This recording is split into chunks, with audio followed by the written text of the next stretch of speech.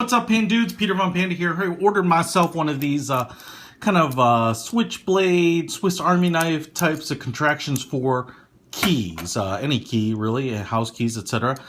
This one is from this company, and it's one of the cheaper ones out there. I want to say it's about 10 bucks. It came from China. I think it has this yellow anodized aluminum finish. It's pretty light. There are two screws on either end, and the way it kind of works, this dog bone shape, is that it is kind of the outside pieces of a Swiss Army knife that compresses the keys in between. They include some of these rubber O-rings to kind of space the keys.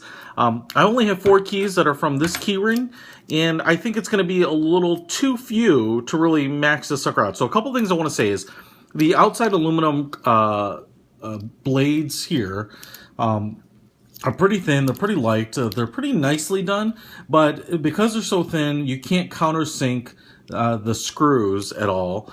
Secondly, one of the screws is the smaller of the two, and so this is where your key is going to fit, presumably, and I hope it's small enough to fit all my keys, because not all of them have a big hole. This side is much bigger, as you can see, and so you're not going to be able to put a key on that, so I'm not sure if you put the keys in here and you tighten this down, and this is just supposed to kind of float, but I'm not sure then why they give you O-rings on this side. The other thing is, if you have a lot of keys and you want to space them with these O-rings, you're probably going to need one of those kind of O-ring assorted O-ring sets, which I do have. That's one thing I want to point out here, as well as these types of screws work well, but the thing I hate is they always start backing out, and so you're also probably going to want a little blue or medium thread locker or Loctite, which I also have, and I'm going to use that as I put this together. But I'm going to go ahead and assemble this, and let's take a look and see what it looks like when it gets all put together.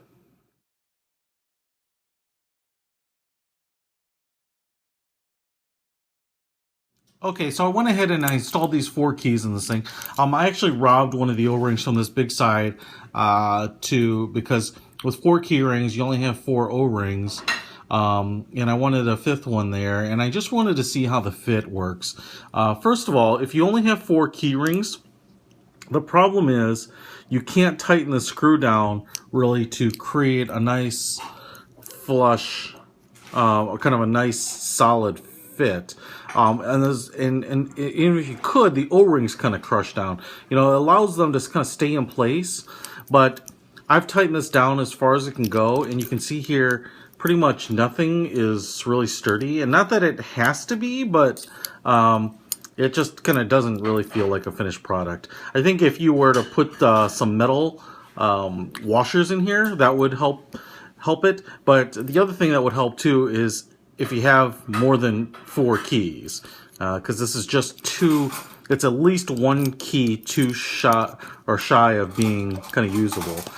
The second thing I would have liked is, you know, I don't know, little washers or something here to kind of keep the space up here as well. So, you know, if you've got, I don't know, 6, 7 keys, this might work all right, but otherwise it's just kind of, it's a little too flimsy to kind of really be useful. There's a little eyelet here for connecting it to your main key or a key ring, but you know, if this is good enough for you, go ahead and buy it.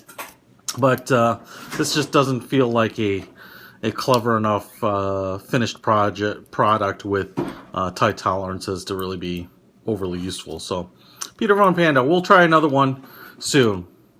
Out.